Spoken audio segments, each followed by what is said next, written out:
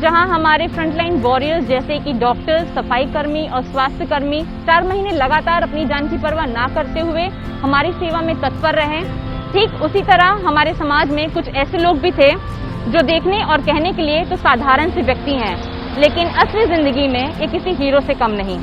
ऐसे ही कुछ हीरोज की कहानी एबीपी न्यूज आपके लिए लेकर आया है।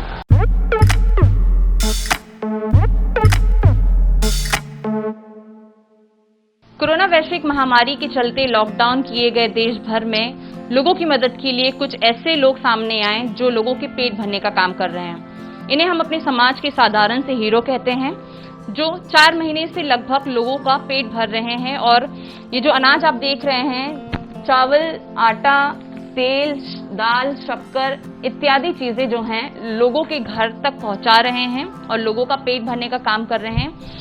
ऐसे ही एक जोड़ा हमारे साथ मौजूद हैं, फयाज और मिसगा, जो पिछले 4 महीने से लोगों का पेट भरने का काम कर रहे हैं। इनके जैसे कई लोग हैं जो इसी तरीके से हजारों लोगों को राशन पहुंचाते हैं उनके घर में, ताकि एक वक्त का खाना उन्हें नसीब हो पाए। और इसी तरीके से रोज लोगों के घर में राशन पहुंचाने का काम करते हैं। फयाज और मिसगा हैं हमारे साथ, हम उनसे बात करते हैं। फयाज जी, मुझे बताइए, लॉकडाउन के समय में जब लोग अपने बारे में सोच रहे हैं, ऐसे में आप लोग दूसरों की मदद के लिए आगे आए हैं। एक्चुअली हम यहाँ पे 4 महीने से राशन बांट रहे हैं और तकरीबन आप देखोगे कि 2-2,500 लोगों को हमने अब तक राशन बांटा है। और यहाँ पे बहुत गरीबी है इस बस्ती के अंदर, काफ़ी लोग परेशान हैं। और हमारी उम्मीद ये है कि जब तक ये लॉकडाउन चालू रहेगा तब तक हम इनको राशन पहुँचाने का, खाना पहुँचाने का काम करेंगे इंशाल्लाह। अब तक कितने लोगों को आप लोग राशन पहुंचा चुके हैं? हम देख रहे हैं कि कई चीजें हैं, आप लोग जो घरेलू सामान हैं वो दे रहे हैं। कितने लोगों को पहुंचा चुके हैं और कितने लोगों को दिन भर में आप लोग ये राशन देते हैं?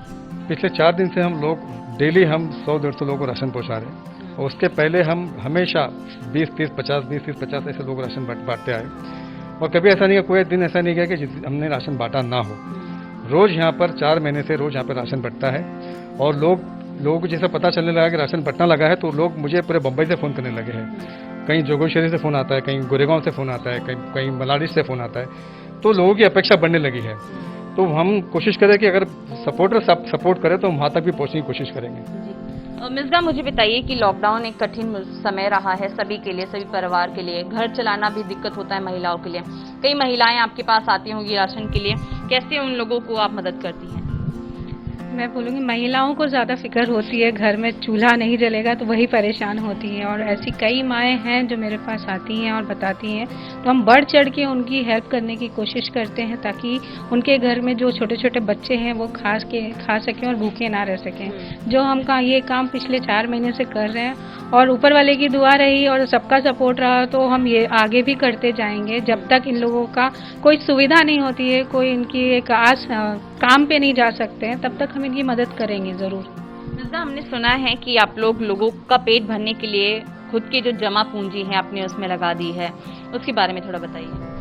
जी हाँ, जो हमारी जमा पूंजी जो मेरे हस्बैंड की पीएफ फंड था मेरे हस्बैंड का 4 लाख, वो पूरा हमने ये राशन बांटने के काम में ही लगा दिया। क्योंकि यहाँ के लोगों की हालत बहुत ख़राब है। आप अगर आएंगे तो देखेंगे कि इनके पास कोई भी कमाने का जरिया नहीं है, क्योंकि लॉकडाउन के चलते लेबर लोग को तो बिल्कुल काम नहीं मिलता है।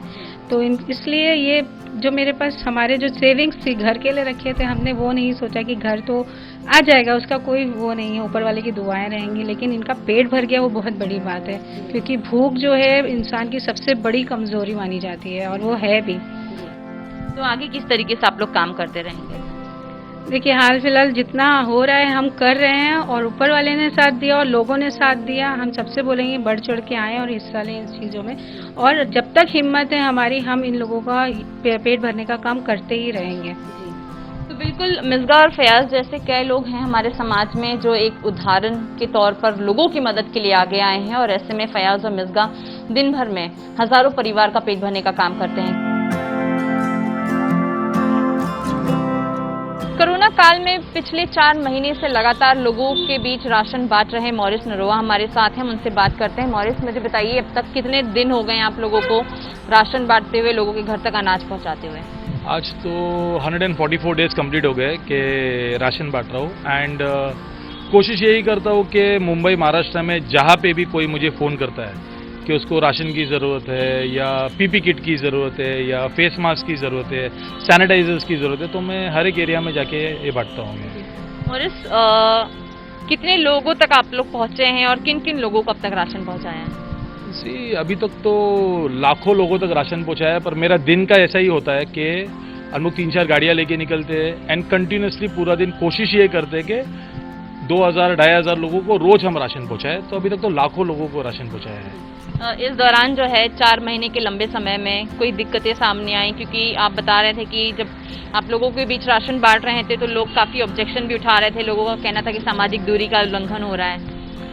देखो, पहली बात तो I made it a point कि जब भी हम लोगों ने राशन बांटा है, हम लोग ने सोशल डिस्टेंसिंग बहुत अच्छी तरह से मेंटेन किया है एंड हमारी पुलिस ने तो बहुत सहायता की है, क्योंकि ये पूरा जितना भी ये 4 महीना हो गया है, हम लोग ने बोरवली पुलिस स्टेशन हो गया, एमएचबी पुलिस स्टेशन हो गया है, उनको sanitizers, face mask, PP kit की सहायता की है, वाटर सप्लाई किया है, उनको छाछ दिया है उनको एंड जितने भी स्लम्स है, ज़्यादा करके जितने भी स्लम्स है, जितने भी चॉल्स है, वहाँ पे पर्सनली जाके डोर टू डोर हम लोग ने सेवा पहुँचाया है। राशन में दाल हो गया, राइस हो गया, आटा हो गया, तेल हो गया, अनियंस हो गया, पोटैटोज हो गया, कुछ चाय का पत्ती हो गया, कोशिश करता हूँ पूरा पैकेट बना के उनको कम से कम 7 से 15 डेज तक सर्वाइव कर सके, वो हिसाब से देते हैं। मॉरिस, ये एक ऐसा समय रहा है जिसमें लोग अपने बारे में सोच रहे थे, लोग घर से बाहर निकलना ज़रूरी नहीं समझ रहे थे, अपना